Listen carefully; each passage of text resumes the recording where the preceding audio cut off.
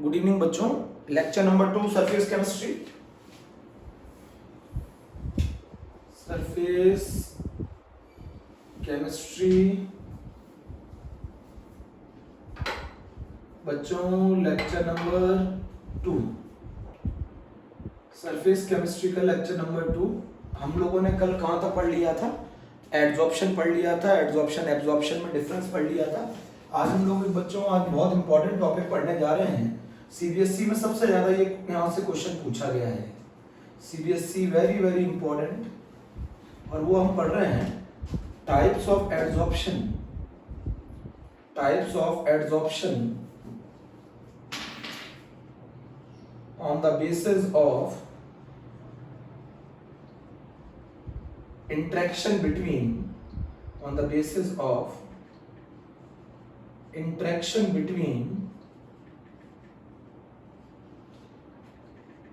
adsorbate and adsorbent।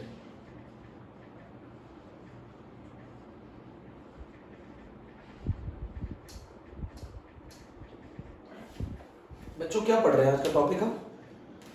आज हम जो टॉपिक पढ़ रहे हैं वो है कितने टाइप के एड्सॉर्प्शन होते हैं, किसके बेसिस पर? एड्सोर्बेट और एड्सोर्बेंट के बीच में इंटरेक्शन के बेसिस पर। तो एड्सोर्बेट और एड्सोर्बेंट के बीच में जो इंटरेक्शन होता है उसके बेसिस पर ये दो टाइप के होते हैं बच्चों। एक इंटरेक्शन को हम लोग बोलते हैं फिजिसॉर्प्शन, फिजिकल एड्सॉर्प्शन, सब समझेंगे धीरे धीरे। एक एड्सॉर्प्शन को बोलते हैं फिजिकल एड्सॉर्प्शन, एक एड्सॉर्प्शन को बोलते हैं केमिकल एड्सॉर्प्शन। बच्चों इनका दूसरा नाम भी है, एक का नाम है फिजिसॉर्प्शन और एक का नाम है chemisorption. One is physisorption and other is chemisorption. बच्चों तो हम लोग क्या पढ़ रहे हैं? जो टाइप्स ऑफ एड्सॉर्प्शन पढ़ रहे हैं on the basis of interaction between, किसके बीच में इंटरेक्शन? एड्सोर्बेट और एड्सोर्बेंट के बीच में इंटरेक्शन। एड्सोर्बेट और एड्सोर्बेंट के बीच में जो इंटरेक्शन है वो दो तरीके की है, एक तो फिजिकल एड्सॉर्प्शन है, एक केमिकल एड्सॉर्प्शन है। तो अगर इंटरेक्शन के बेसिस पर देखें, दोनों के बीच में अट्रैक्शन के बेसिस पर देखें तो ये दो पार्ट्स में डिवाइडेड है। एक को फिजिसॉर्प्शन बोलते हैं, एक को केमिसॉर्प्शन बोलते हैं। फिजिकल एड्सॉर्प्शन भी बोल सकते हैं, केमिकल एड्सॉर्प्शन भी बोल सकते हैं, केमिसॉर्प्शन भी बोल सकते हैं। दोनों में अंतर समझिए। जब एड्सोर्बेट जो चिपकता है एंड एड्सोर्बेंट के बीच में, जब एड्सोर्बेट और एड्सोर्बेंट के बीच में weak van der Waals forces हो, weak van der Waals forces हो, बहुत ही weak van der Waals forces हो, तो जो एड्सॉर्प्शन होता है उस एड्सॉर्प्शन को फिजिकल एड्सॉर्प्शन बोलते हैं। जब एड्सोर्बेट एंड एड्सोर्बेंट के बीच में weak van der Waals forces हो, weak van der Waals forces, उस केस में उस एड्सॉर्प्शन को फिजिकल एड्सॉर्प्शन बोला जाता है। जब एड्सोर्बेट एंड एड्सोर्बेंट के बीच में, एड्सोर्बेट एंड एड्सोर्बेंट के बीच में बच्चों, जब एड्सोर्बेट एंड एड्सोर्बेंट के बीच में स्ट्रॉन्ग केमिकल बॉन्ड हो, स्ट्रॉन्ग केमिकल बॉन्ड फॉर्म हो, स्ट्रॉन्ग केमिकल बॉन्ड फॉर्म हो, उस केस में जो एड्सॉर्प्शन कहलाता है वो केमिकल एड्सॉर्प्शन कहलाता है, केमिसॉर्प्शन कहलाता है। तो जब एड्सोर्बेट और एड्सोर्बेंट के बीच में weak van der Waals forces हो तब उस एड्सॉर्प्शन को फिजिसॉर्प्शन बोलते हैं। और जब एड्सोर्बेट और एड्सोर्बेंट के बीच में स्ट्रॉन्ग केमिकल बॉन्ड हो तो उस एड्सॉर्प्शन को केमिकल एड्सॉर्प्शन बोलते हैं। वो बॉन्ड कौन से हो सकता है? वो बॉन्ड कोवेलेंट भी हो सकता है, वो बॉन्ड आयनिक भी हो सकता है, मतलब स्ट्रॉन्ग बॉन्ड हो। जब एड्सोर्बेट और एड्सोर्बेंट के बीच में स्ट्रॉन्ग केमिकल बॉन्ड बनेगा उस केस में उस एड्सॉर्प्शन को केमिकल एड्सॉर्प्शन बोलेंगे। और जब एड्सोर्बेट और एड्सोर्बेंट के बीच में weak van der Waals forces बनेंगी, सही है, एड्सोर्बेट एंड एड्सोर्बेंट के बीच में जब weak van der Waals forces होंगी तब उस एड्सॉर्प्शन को क्या बोलेंगे? Physical adsorption. क्लियर है यहां तक बात? बेटा यहां पे समझो, देखो कौन सा इंटरेक्शन वीक है? जब एड्सोर्बेट और एड्सोर्बेंट के बीच में weak van der Waals forces है, मतलब एक वीक इंटरेक्शन है, तो हमारा कौन सा एड्सॉर्प्शन है? फिजिसॉर्प्शन है, weak van der Waals forces है। तो इनके बीच में जो अट्रैक्शन है वो इसके कंपैरिजन में कम है।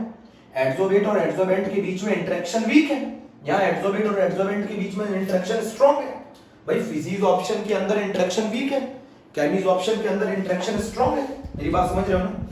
फिजियोप्शन के केस में एड्सॉर्बेट और एड्सॉर्बेंट के बीच में weak van der Waals forces है, केमिसॉर्प्शन के केस में एड्सॉर्बेट और एड्सॉर्बेंट के बीच में स्ट्रॉन्ग केमिकल बॉन्ड है। तो हम बच्चों जिसके केस में स्ट्रॉन्ग केमिकल बॉन्ड होगा उस केस में ज्यादा एनर्जी रिलीज करेगी, इस केस में कम एनर्जी रिलीज करेगी। कैसे? इस केस में एंथैल्पी ऑफ एड्सॉर्प्शन ज्यादा होगी, इस केस में कम होगी। मैंने आपको पिछले टर्म पे सिखाया था, जितना इंटरेक्शन स्ट्रॉन्ग होगा उतनी एनर्जी ज्यादा रिलीज होगी, जितना इंटरेक्शन वीक होगा उतनी एनर्जी कम रिलीज होगी। मेरी बात समझो, जितना इंटरेक्शन स्ट्रॉन्ग होगा उतनी ज्यादा एनर्जी रिलीज करेगा, जितना इंटरेक्शन वीक होगा उतनी कम एनर्जी रिलीज होगी। बच्चों अभी भी बात नहीं समझे आप लोग, मेरी बात को बहुत ध्यान से सुनना कि मैं बताना क्या चाहता हूं। मैं बताना चाहता हूं फिजियोप्शन और केमिसॉर्प्शन, है ना? केमिसॉर्प्शन, फिजियोप्शन और chemisorption, this is the type of adsorption on the basis of interaction between adsorbate and adsorbent, and it is classified on the basis of the intermolecular forces between adsorbate and adsorbent। तो फिजियोप्शन के अंदर जो forces होती हैं वो weak van der Waals forces होती हैं, weak van der Waals forces. बच्चों इसमें weak van der Waals forces होती हैं, इसके केस में स्ट्रॉन्ग केमिकल बॉन्ड होते हैं बच्चों, इसके केस में स्ट्रॉन्ग केमिकल बॉन्ड होते हैं। एड्सॉर्बेट और एड्सॉर्बेंट के बीच में स्ट्रॉन्ग केमिकल बॉन्ड होते हैं, उस केस को बोला जाता है केमिसॉर्प्शन। अच्छा, इसमें बॉन्ड स्ट्रॉन्ग किसके बीच में है? केमिसॉर्प्शन। तो इसके केस में एंथैल्पी ऑफ एड्सॉर्प्शन ज्यादा होगी। इसके केस में जो एंथैल्पी ऑफ एड्सॉर्प्शन है, इसके केस में कितनी एनर्जी रिलीज होगी? इसके केस में जो एनर्जी रिलीज होगी वो होगी 240 किलो जूल पर मोल, इतनी एनर्जी रिलीज करेगी। बच्चों enthalpy of adsorption bond strong है, तो एंथैल्पी ऑफ एड्सॉर्प्शन कहां से कहां तक होगी? 40 to 240 किलो जूल पर मोल। इसमें बॉन्ड वीक है, इसमें इंटरेक्शन वीक है, तो इसके अंदर जो एनर्जी रिलीज होगी वो कम होगी। इसके अंदर एंथैल्पी ऑफ एड्सॉर्प्शन मैंने बताया था, हमें कैसे मालूम चलेगा इंटरेक्शन स्ट्रॉन्ग है कि वीक है? जितनी ज्यादा एनर्जी रिलीज करेगी उतना ज्यादा इंटरेक्शन स्ट्रॉन्ग होगा, जितनी कम एनर्जी रिलीज करेगी उतना इंटरेक्शन वीक होगा। तो इसके केस में जो एंथैल्पी ऑफ एड्सॉर्प्शन है बच्चों, ये एक एक्सोथर्मिक फिनोमेनन होते हैं, एड्सॉर्प्शन आपको मालूम है। इसके केस में एंथैल्पी ऑफ एड्सॉर्प्शन 20 to 40 होता है, इसके केस में 42। तो किसकी इंटरेक्शन स्ट्रॉन्ग है? Chemisorption strong. मेरी बात समझ गए बहुत ध्यान से? बच्चों मैं आपको बताना क्या चाहता हूं, मैंने एक डायग्राम से कोशिश करना समझने की। मैं डायग्राम से बताना क्या चाहता हूं, जब एड्सॉर्बेट और एड्सॉर्बेंट के बीच में एक केमिकल बॉन्ड बन जाए, केमिकल बॉन्ड, जब एड्सॉर्बेट और एड्सॉर्बेंट के बीच में केमिकल बॉन्ड बन जाए, केमिकल बॉन्ड, इस लाइन को आप ऐसा समझ सकते हैं, जब एक केमिकल बॉन्ड बन जाए। बच्चों केमिकल बॉन्ड हर केस में नहीं बन सकता, क्योंकि केमिकल बॉन्ड को बनने के लिए एक्टिवेशन एनर्जी की जरूरत होती है। हर केस में केमिकल बॉन्ड नहीं बन सकता, बट हर केस में फिजियोप्शन हो सकता है। फिजियोप्शन हर गैस करती है, हर गैस सॉलिड के सरफेस पे कुछ ना कुछ अमाउंट में एब्जॉर्ब होगी, बट ये केस स्पेसिफिक होते हैं। हर केस में केमिकल बॉन्ड की फॉर्मेशन नहीं हो सकती, केमिकल बॉन्ड की फॉर्मेशन एक पर्टिकुलर के केस में ही होती है। मेरी बात सुनो, weak van der Waals forces, strong chemical bond, इसके केस में एंथैल्पी ऑफ एड्सॉर्प्शन 20 से 40 किलो जूल पर मोल, इसके केस में एंथैल्पी ऑफ एड्सॉर्प्शन 40 से 240 किलो जूल पर मोल। इसके केस में एड्सॉर्बेट और एड्सॉर्बेंट के बीच में स्ट्रॉन्ग केमिकल बॉन्ड बनता है, जबकि इसके केस में weak van der Waals forces है। मेरी बात समझ रहे हो? अब जरा बात समझो, थर्ड पॉइंट की समझते हैं। थर्ड पॉइंट बताना चाहता हूं, ये मल्टीमॉलिक्यूलर लेयर फॉर्म करता है। अब मल्टीमॉलिक्यूलर लेयर का क्या मतलब है? ये मल्टीमॉलिक्यूलर लेयर फॉर्म करता है, मतलब मैं बताऊं आपको बच्चों, एड्सॉर्बेट और एड्सॉर्बेंट के बीच में भी वैन डर वाल्स फोर्सेस होती हैं, और मॉलिक्यूल के बीच में भी वैन डर वाल्स फोर्सेस हो सकती हैं। बच्चों मॉलिक्यूल के बीच में भी वैन डर वाल्स फोर्सेस होती हैं। एक तो एड्सॉर्बेट और एड्सॉर्बेंट के बीच में वैन डर वाल्स फोर्सेस है, और आपने पढ़ा होगा 11th में कि मॉलिक्यूल के बीच में भी van der Waals forces generate हो सकती हैं। इसीलिए ये वाला एड्सॉर्प्शन मल्टीमॉलिक्यूलर होता है। बच्चों बात समझो मेरी बात, कि मान लो यहां पर एक लेयर एड्सॉर्ब हो गई गैसेस की, उसके ऊपर एक और लेयर भी एड्सॉर्ब हो सकती है, उसके ऊपर एक और लेयर भी एड्सॉर्ब हो सकती है। रीजन है van der Waals forces molecule के बीच में भी बन सकते हैं, और सरफेस और मॉलिक्यूल के बीच में भी बन सकते हैं। अगर ये सरफेस और मॉलिक्यूल के बीच में बनेंगे तो इसको हम कौन सा एड्सॉर्प्शन कहेंगे? फिजियोप्शन। तो बच्चों मॉलिक्यूल के बीच में भी वैन डर वाल्स फोर्सेस बन सकती है। मॉलिक्यूल मॉलिक्यूल के बीच में भी वैन डर वाल्स फोर्सेस बन सकती हैं। Van der Waals forces molecule molecule के बीच में भी बन सकती है बच्चों। मॉलिक्यूल इसीलिए एक के ऊपर दूसरी लेयर आ सकती है, एक लेयर के ऊपर दूसरी लेयर आ सकती है। बट आपको मैं बताना चाहता हूं केमिकल बॉन्ड वही बना सकता है जो सरफेस के डायरेक्ट कांटेक्ट में हो। अपर लेयर केमिकल बॉन्ड की फॉर्मेशन नहीं कर सकती। जो डायरेक्ट कांटेक्ट में होगा सरफेस के, जो डायरेक्ट कांटेक्ट में होगा वही सिर्फ क्या बना पाएगा, डायरेक्ट कांटेक्ट में होगा, जो डायरेक्ट कांटेक्ट में होगा सरफेस के वही बना पाएगा क्या, वही बना पाएगा केमिकल बॉन्ड, वही बना पाएगा केमिकल बॉन्ड। बच्चों मेरी बात को समझो। आपको मैं बताऊं मल्टी मॉलिक्यूलर लेयर वाला physics option multi molecular layer form करता है। मल्टी मॉलिक्यूलर लेयर क्या मतलब, एडसोबेट और एडसोबेंट के बीच में भी weak van der Waals forces और मॉलिक्यूल मॉलिक्यूल के बीच में भी weak van der Waals force है। तो एक लेयर के ऊपर दूसरी लेयर आ सकती है, दूसरी लेयर के ऊपर तीसरी लेयर आ सकती है, क्योंकि मॉलिक्यूल मॉलिक्यूल भी आपस में weak van der Waals forces generate कर लेंगे। तो इसीलिए ये जो एडसॉर्प्शन होता है ये मल्टी मॉलिक्यूलर लेयर होता है। इसके केस में वही केमिकल बॉन्ड बना सकता है जो डायरेक्ट कांटेक्ट में। ऊपर वाली लेयर ये जो है ऊपर वाली लेयर ये केमिकल बॉन्ड की फॉर्मेशन नहीं कर सकती। केमिकल बॉन्ड कौन बना सकता है, जो सरफेस के डायरेक्ट कांटेक्ट में हो। इसीलिए ये मोनोमॉलिक्यूलर लेयर फॉर्म करता है, मोनोमॉलिक्यूलर लेयर फॉर्म करता है बच्चों, ये मोनोमॉलिक्यूलर लेयर फॉर्म करता है। मेरी बात सुनो बहुत ध्यान से बच्चों। केमिकल बॉन्ड वही बना पाएगा जो डायरेक्ट सरफेस के कांटेक्ट में होगा, जो डायरेक्ट सरफेस के कांटेक्ट में होगा वही केमिकल बॉन्ड बना सकता है जो सरफेस के डायरेक्ट कांटेक्ट। इसके केस में तो फिजिकल फोर्सेस अपर लेयर भी बना सकती हैं। Physical forces van der Waals forces तो मॉलिक्यूल मॉलिक्यूल के बीच में भी जनरेट हो जाते हैं। इसके केस में केमिकल बॉन्ड ऊपर वाली लेयर नहीं बना सकती, जो सरफेस के डायरेक्ट कांटेक्ट में होगा वही केमिकल बॉन्ड बना पाएगा। इसीलिए मोनोमॉलिक्यूलर लेयर फॉर्म करता है बच्चों। इसके केस में मोनोमॉलिक्यूलर लेयर फॉर्म होती है, इसके केस में मल्टी मॉलिक्यूलर लेयर फॉर्म होती है। क्योंकि मल्टी मॉलिक्यूलर क्यों होती है, क्योंकि सरफेस और एडसोबेट के बीच में भी weak van der Waals forces और मॉलिक्यूल मॉलिक्यूल के बीच में भी weak van der Waals forces. समझ गए आप? कॉमन सेंस समझो। पहला कांसेप्ट है कि ये weak van der Waals forces होती हैं। एडसोबेट और एडसोबेंट के बीच में weak van der Waals forces, adsorbate और एडसोबेंट के बीच में स्ट्रॉन्ग केमिकल बॉन्ड। इसके केस में कम एनर्जी रिलीज करेगी, इसलिए इसके केस में enthalpy of adsorption 20 to 40 kilo joule per mole होता है। इसके केस में ज्यादा एनर्जी रिलीज करेगी क्योंकि ये ज्यादा बॉन्ड स्ट्रॉन्ग है, 40 to 240 kilo joule per mole energy release करती है। बच्चों ये मल्टी मॉलिक्यूलर होता है। मल्टी मॉलिक्यूलर क्यों? सरफेस और गैसेस मॉलिक्यूल के बीच में भी इंटरेक्शन जो है वो कैसी है ना, फिजिकल एडसॉर्प्शन है, वैन डर वाल्स फोर्सेस है, और मॉलिक्यूल के बीच में भी van der Waals forces generate होती है। इसीलिए एक लेयर के ऊपर दूसरी लेयर के ऊपर तीसरी लेयर भी एडसॉर्ब हो सकती है। बट इसके केस में मोनोमॉलिक्यूलर लेयर ही फॉर्म होगी, क्योंकि जो सरफेस के डायरेक्ट कांटेक्ट में होगा वही केमिकल बॉन्ड बना सकता है, ऊपर वाली लेयर केमिकल बॉन्ड की फॉर्मेशन नहीं कर सकती। इसीलिए ये मोनोमॉलिक्यूलर लेयर फॉर्म करता है और ये मल्टीमॉलिक्यूलर लेयर फॉर्म करता है। फिजिक्स ऑप्शन के केस में there is a weak van der Waals forces between adsorbate and adsorbent, there is a strong chemical bond between adsorbate and adsorbent. इसके केस में एंथैल्पी ऑफ एडसॉर्प्शन बच्चों क्या होती है? एंथैल्पी ऑफ एडसॉर्प्शन कम होती है 20 to 40 किलो जूल पर मोल, क्योंकि interaction week है। इसके केस में एंथैल्पी ऑफ एडसॉर्प्शन ज्यादा होती है 40 to 240 kilo joule per mole. Multi molecular layer form करता है। क्यों करता है? क्योंकि एडसॉर्बेट और एडसॉर्बेंट के बीच में तो weak van der Waals forces हैं ही, साथ में मॉलिक्यूल के बीच में भी फोर्सेस ये जनरेट हो सकती है। इसीलिए ये मल्टी मॉलिक्यूलर, ये मोनोमॉलिक्यूलर लेयर क्यों फॉर्म कर सकता है? क्योंकि वही केमिकल बॉन्ड की फॉर्मेशन कर सकता है जो सरफेस के डायरेक्ट कांटेक्ट में होगा। बोलो बच्चों, यहां तक की बात होगी? यहां तक की बात होगी?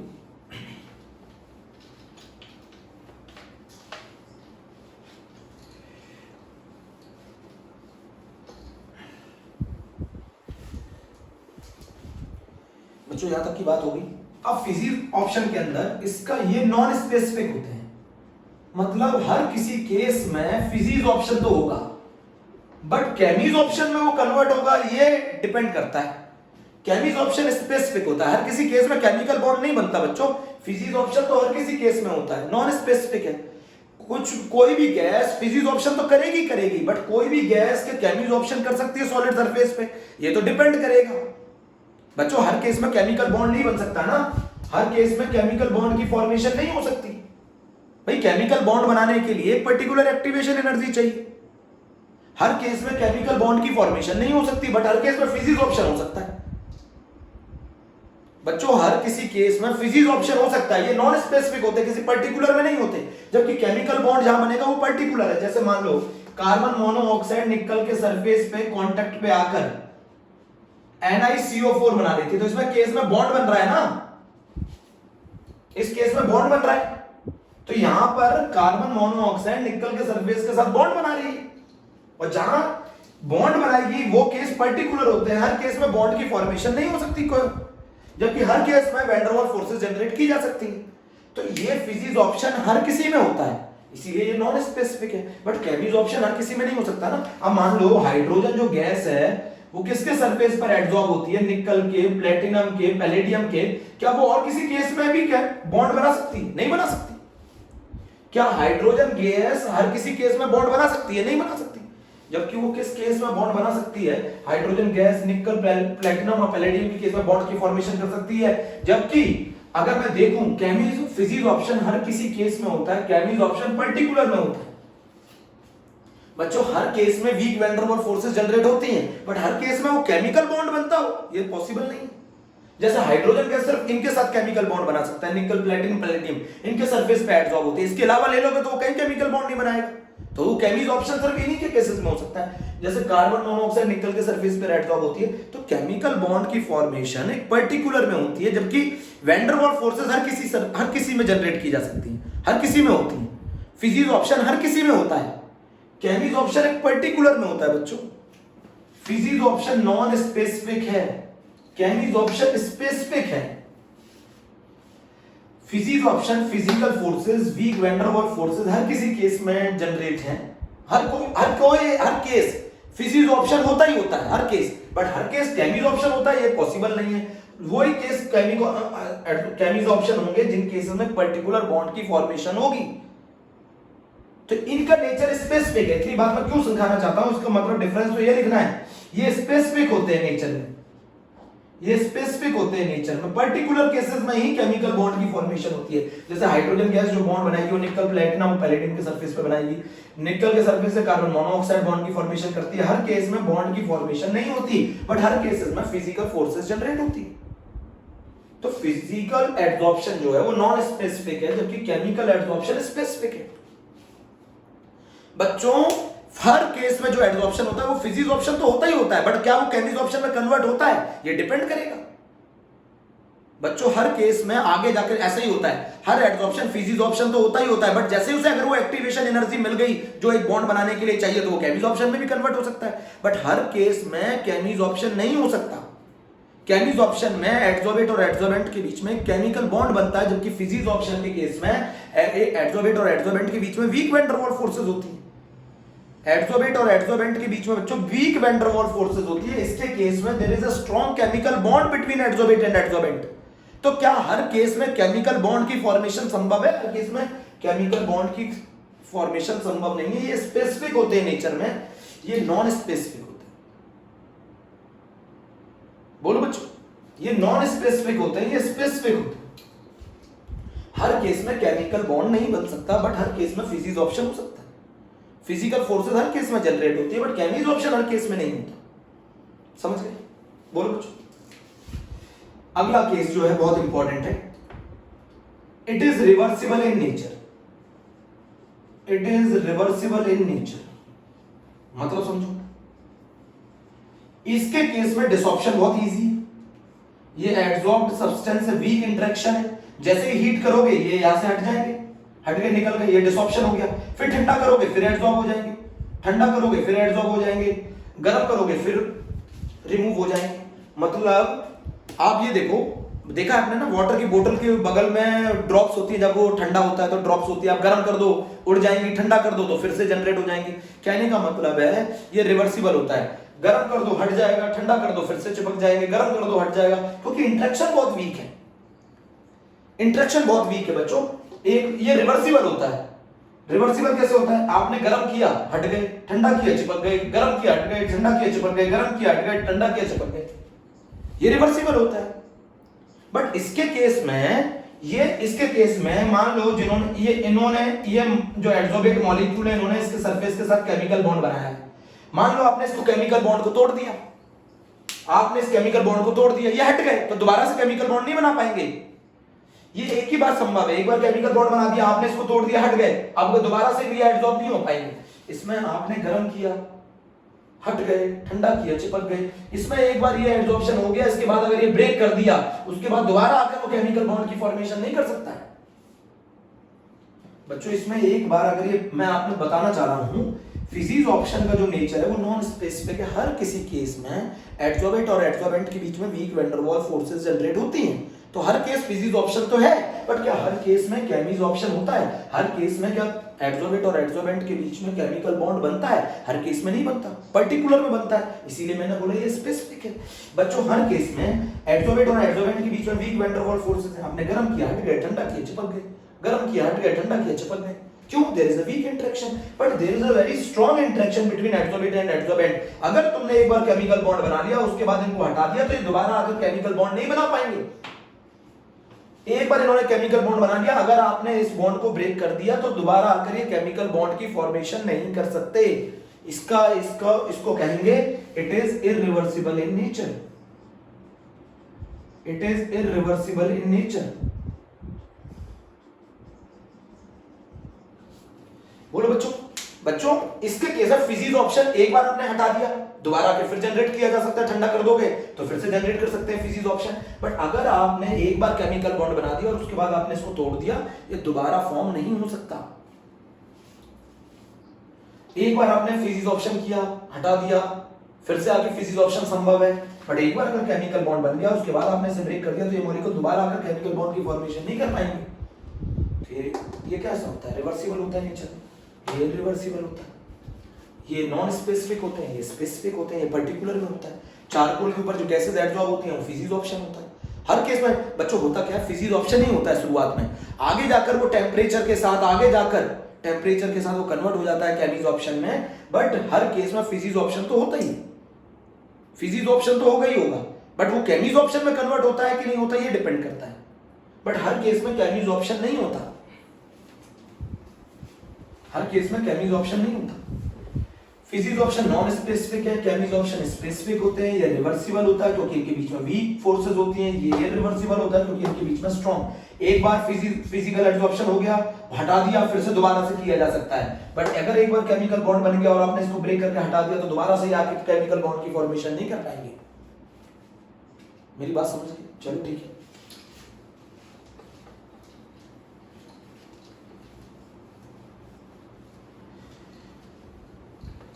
अब जरा मेरी बात बताओ, इफेक्ट ऑफ टेम्परेचर।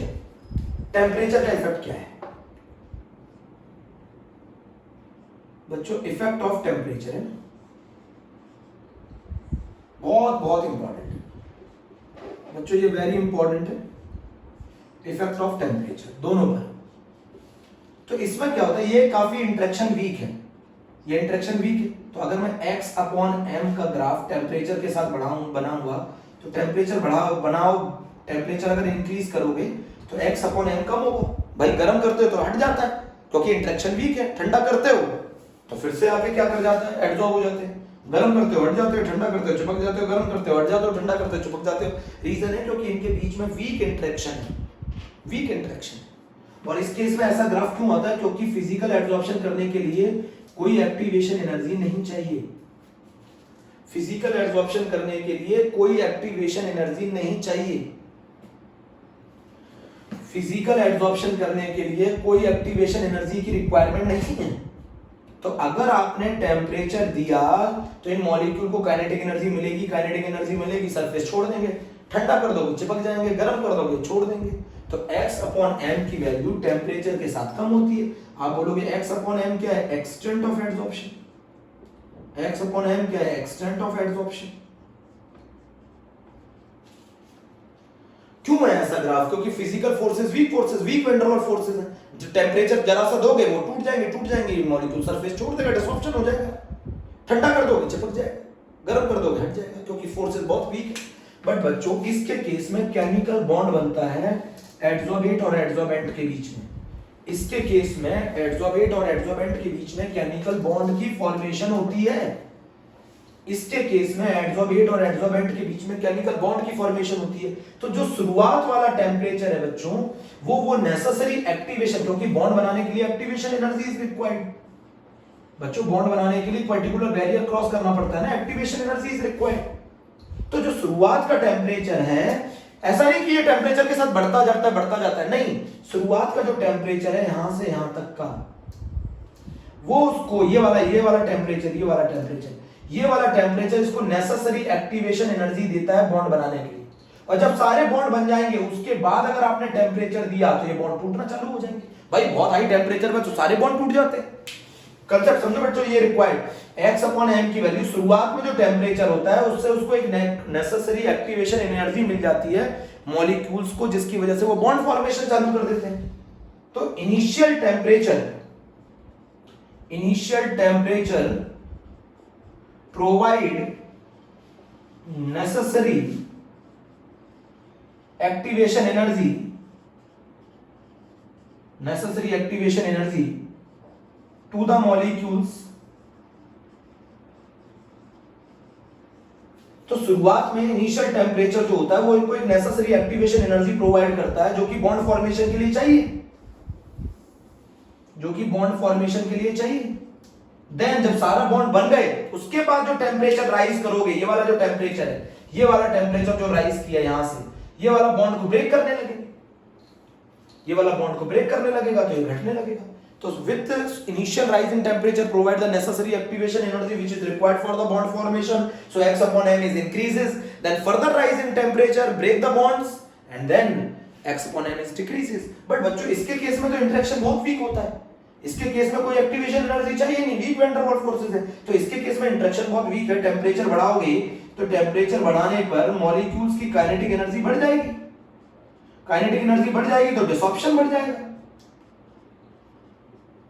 बच्चों मेरी बात समझो, फिजिकल एडसॉर्प्शन के केस में x/m की वैल्यू टेम्परेचर के साथ घटती है, जबकि केमिसॉर्प्शन में उनको एक्टिवेशन एनर्जी रिक्वायर्ड होती है बॉन्ड बनाने के लिए। तो जो शुरुआत में आप जो टेम्परेचर देते हो वो उस टेम्परेचर उन्हें क्या प्रोवाइड करता है, वो नेसेसरी एक्टिवेशन एनर्जी प्रोवाइड करता है जो उन्हें बॉन्ड बनाने के लिए चाहिए। जब बॉन्ड बन जाते हैं उसके बाद फर्दर राइज इन टेम्परेचर उस बॉन्ड को तोड़ देता है। इसीलिए ये with rise, initial rise in temperature the physisorption is increases and then further rise in temperature decreases, x/m की वैल्यू डिक्रीज करेगी। बोलो बच्चों, effect of temperature.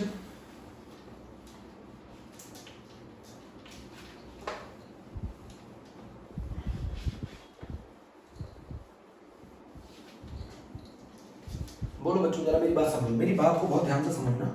Physical adsorption में एडसॉर्बेट और एडसॉर्बेंट के बीच में weak van der Waals forces है, और जब weak van der Waals forces हैं तो जैसे तुम टेम्परेचर बढ़ाओगे ये टूट जाएंगे, घट जाएगा फिजिकल एडसॉर्प्शन टेम्परेचर बढ़ाने के साथ घट जाता है। जबकि अगर मैं केमिसॉर्प्शन की बात करूं तो केमिसॉर्प्शन के केस में अगर मैं टेम्परेचर बढ़ा दूंगा तो शुरुआत वाला टेम्परेचर इसको नेसेसरी एक्टिवेशन एनर्जी प्रोवाइड करता है यहां तक जो बॉन्ड बनाने के लिए चाहिए। अगर सारे बॉन्ड बन गए उसके बाद अगर तुमने टेम्परेचर राइज किया तो क्योंकि केमिसॉर्प्शन में केमिकल बॉन्ड बनता है और केमिकल बॉन्ड को बनाने के लिए नेसेसरी एक्टिवेशन एनर्जी चाहिए,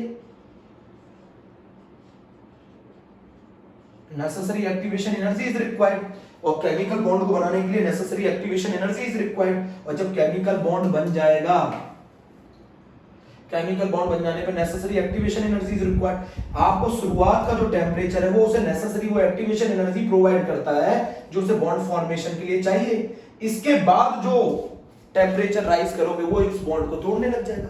भाई क्या वेरी हाई टेम्परेचर पे केमिकल बॉन्ड भी टूटते, तो इसीलिए x/m की वैल्यू टेम्परेचर के साथ शुरुआत में बढ़ती है देन घटती है।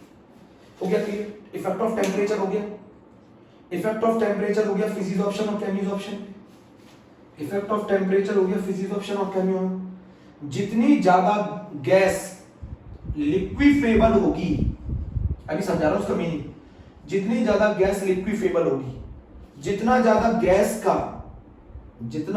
गैस का ईज ऑफ लिक्विफिकेशन होगा, जितना ज्यादा गैस का ईज ऑफ लिक्विफिकेशन होगा, जो गैस जितनी ज्यादा लिक्विफेबल होगी, जिसका लिक्विफिकेशन ईज ऑफ लिक्विफिकेशन ज्यादा होगा, वो गैस ज्यादा फिजीज ऑप्शन करती है, वो गैस ज्यादा फिजीज ऑप्शन करती है। जो गैस ज्यादा लिक्विफेबल होगी, और आपको मालूम है जिस गैस का टीसी ज्यादा होगा वो गैस ज्यादा लिक्विफेबल होगी। जिस गैस का टीसी ज्यादा होगा वो गैस ज्यादा लिक्विफेबल होगी। टीसी मालूम है ना, 8a/27 RB। ए मालूम है ना, इंटरमॉलिक्यूलर अट्रैक्शन बताता है, वैन डर वाल्स कांस्टेंट। ये van der Waals constant intermolecular attraction बताता है।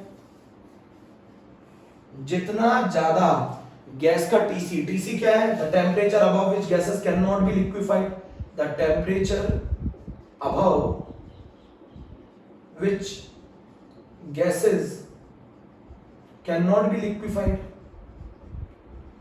वो टेम्परेचर जिसके ऊपर जाने पर गैसेस कतई भी लिक्विफाइड नहीं होती, चाहे कितना भी प्रेशर अप्लाई कर लो, चाहे कितना भी प्रेशर अप्लाई करो। तो जिस गैस का टीसी ज्यादा है, आपको मैं बता दूं, एक 11th क्लास में क्वेश्चन आता है, टीसी से नीचे गैस वेपर में होती है और टीसी से ऊपर गैस गैस में होती है।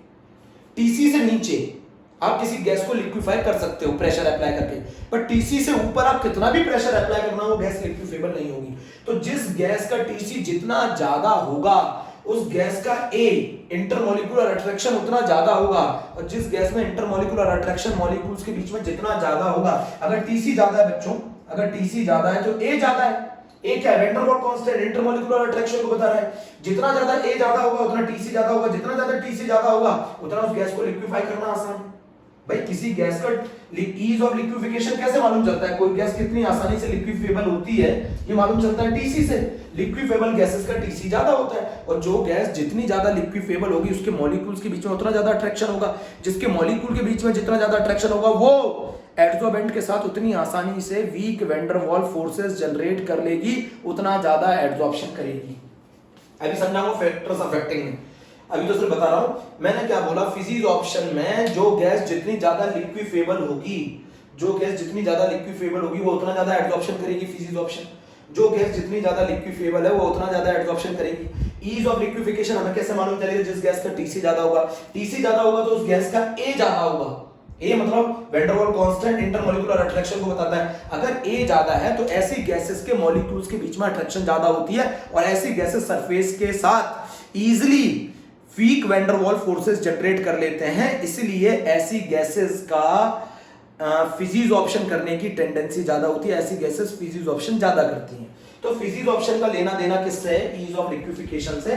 बट केमीज ऑप्शन का no relation with ease of liquefaction, no relation with ease of liquefaction.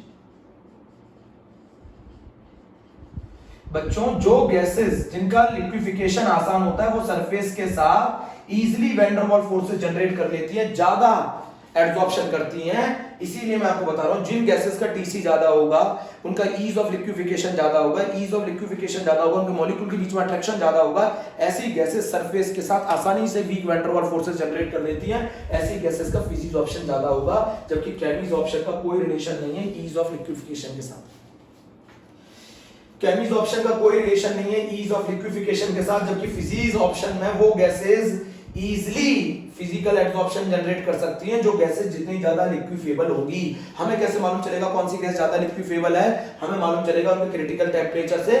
जिस गैस का क्रिटिकल टेम्परेचर जितना ज्यादा होता है उस गैस का ईज ऑफ लिक्विफिकेशन ज्यादा होता है। ऐसी गैसेस बहुत इजीली लिक्विफेबल होती हैं क्योंकि उनके मॉलिक्यूल के बीच में अट्रैक्शन बहुत ज्यादा होता है, और ऐसी गैसेस अगर सरफेस के कांटेक्ट में आती हैं तो वो easily weak van der Waals forces generate करती हैं। तो मैं यही समझा रहा था, हमें कैसे मालूम चलता है कि कोल माइंस में हमारे गैस मास्क में एक्टिवेटेड चारकोल को कैसे मालूम चलता है कि ये गैसेस पॉइजनस हैं और ये गैसेस नॉन पॉइजनस हैं? तो मैं आपको बता दूं oxygen, nitrogen, hydrogen easily liquefiable gases नहीं है क्योंकि उनका क्रिटिकल टेम्परेचर बहुत कम होता है। और जो पॉइजनस गैसेस हैं जैसे सल्फर डाइऑक्साइड है, अमोनिया है, HCl है, ये गैसेस पॉइजनस होती हैं और ये सरफेस के साथ बहुत आसानी से weak van der Waals forces generate कर लेती हैं, तो ये आसानी से चिपक जाती हैं। ऑक्सीजन और नाइट्रोजन उसमें से गैस मास्क में से पास हो जाती हैं।